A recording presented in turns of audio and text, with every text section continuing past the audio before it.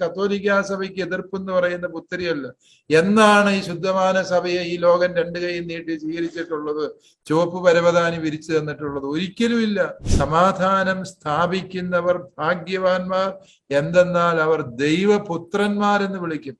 പീഡിപ്പിച്ചവരെ ആക്രമിക്കാനോ തെറി വിളിക്കാനോ അവരെ കഴുത്തുവെട്ടാനോ അവർക്കെതിരെ കേസ് നടത്താനോ ഒന്നും പോയ ചരിത്രമല്ല നമ്മുടേത് എന്നുള്ളത് നമ്മൾ തിരിച്ചറിയണം. നമ്മൾ സഹോദര നിർവിശേഷമായ സ്നേഹത്തോടെ വേണം മറ്റുള്ളവരെ, മറ്റ് മതവിശ്വാസികളെ നമ്മൾ പരിഗണിക്കാനും സ്നേഹിക്കാനും. ഒരു വശത്ത് നമ്മൾ ഈശോ മിശിഹായിലൂടെ കൈവന്ന രക്ഷയുടെ ഏകത്വം, അവിടുന്നാണ് ആകാശത്തിന്റെ കീഴിലെ ഏകരക്ഷകൻ എന്ന സത്യം മുറുകെ പിടിക്കുമ്പോൾ തന്നെ നമ്മുടെ സാഹോദര്യത്തെ അല്പം പോലും വിട്ടുവീഴ്ച ചെയ്യാതെ നമ്മൾ നിലനിർത്തുകയും വേണം.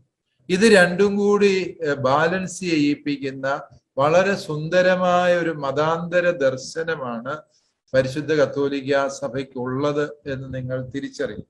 ഇതിന്റെ വെളിച്ചത്തിൽ നമുക്ക് ഈ തത്വങ്ങളുടെ വെളിച്ചത്തിലാണ് കത്തോലിക്കാ സഭയുടെ മതസൗഹാർദ്ദ നിലപാടുകളെ നമ്മൾ വിലയിരുത്തുകയും മനസ്സിലാക്കുകയും ചെയ്യും.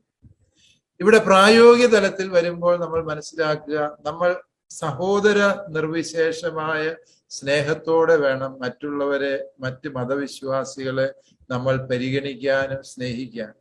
ഇപ്പോഴ് സമുദായ ബോധം വളർത്താൻ എന്ന പേരില് വളരെ ശക്തമായ ഇതരമത വിദ്വേഷം പല കോണുകളിൽ നിന്നും ബലപ്പെട്ടു വരുന്നു. അത് പ്രത്യക്ഷത്തിൽ നമുക്ക് തോന്നും അത് ഗുണകരമാണല്ലോ, ഇങ്ങനെ ഒരു ബഹളത്തിനൊക്കെ പോയി നമ്മുടെ സമുദായം ശക്തിപ്പെടും, ബലപ്പെടും. പണ്ടത്തെ പോലെയല്ല, ഇപ്പൊ നമ്മളെ തെറി പറഞ്ഞ നമ്മള് ഒന്ന് പറഞ്ഞ 4 തെറി പറയാൻ നമുക്ക് ശക്തി ഉണ്ടായി എന്നൊക്കെ നമുക്ക് തോന്നും. പക്ഷേ നമ്മൾ മനസ്സിലാക്കുക, ആത്യന്തികമായി സുവിശേഷത്തിന്റെ ഏതെങ്കിലും ഒരു മൂല്യത്തെ ബലി കൊടുത്തുകൊണ്ട് നമുക്ക് തിരുസഭയെ വളർത്താനാകും. ഈശോ മിശിഹ നമ്മെ പഠിപ്പിച്ച ആദർശങ്ങളിലും ദർശനങ്ങളിൽ നിന്ന് ഏതെങ്കിലും ഒരു തത്വം ബലി കൊടുത്തുകൊണ്ട് നമുക്കൊരിക്കലും ഒരു നാളും സഭയെ വളർത്താനാവില്ല എന്നുള്ളത് നമ്മൾ തിരിച്ചറിയും.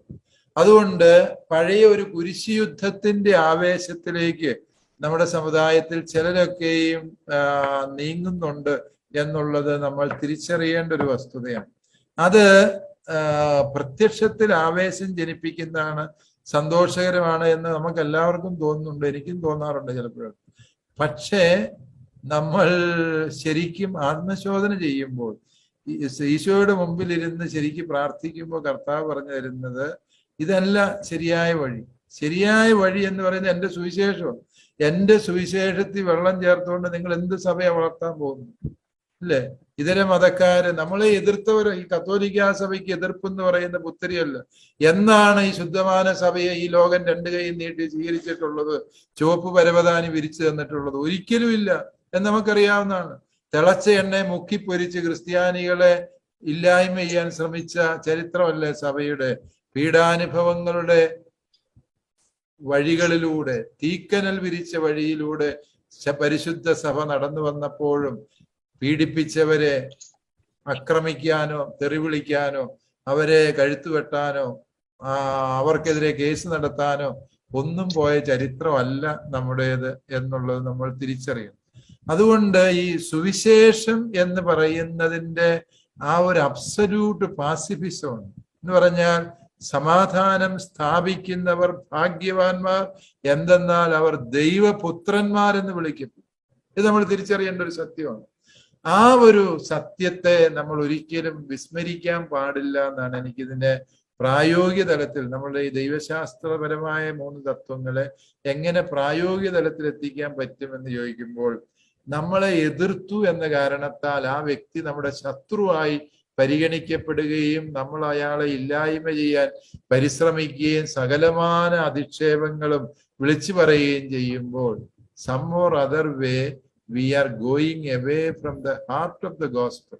സുവിശേഷത്തിന്റെ ഹൃദയത്തിൽ നിന്ന് നമ്മൾ നീങ്ങിപ്പോവുക. അത് നമുക്ക് ഗുണം ചെയ്യുകയല്ല. പ്രത്യക്ഷത്തിൽ അത് ആവേശം തരും എങ്കിൽ പോലും അത് എന്തുകൊണ്ടാണ് ഈ കണ്ട കുരിശുയുദ്ധങ്ങളിലെല്ലാം ക്രൈസ്തവ സഭ തോറ്റുപോയത് എന്നതിനെ കുറിച്ച് പിന്നീട് സഭാപിതാക്കന്മാര് തന്നെ പഠനം നടത്തിയിട്ടുണ്ട്. അവർ കണ്ടെത്തിയൊരു സത്യമാണ്, ഈ യുദ്ധങ്ങൾ അത് സുവിശേഷത്തിന്റെ ആത്മാവല്ല.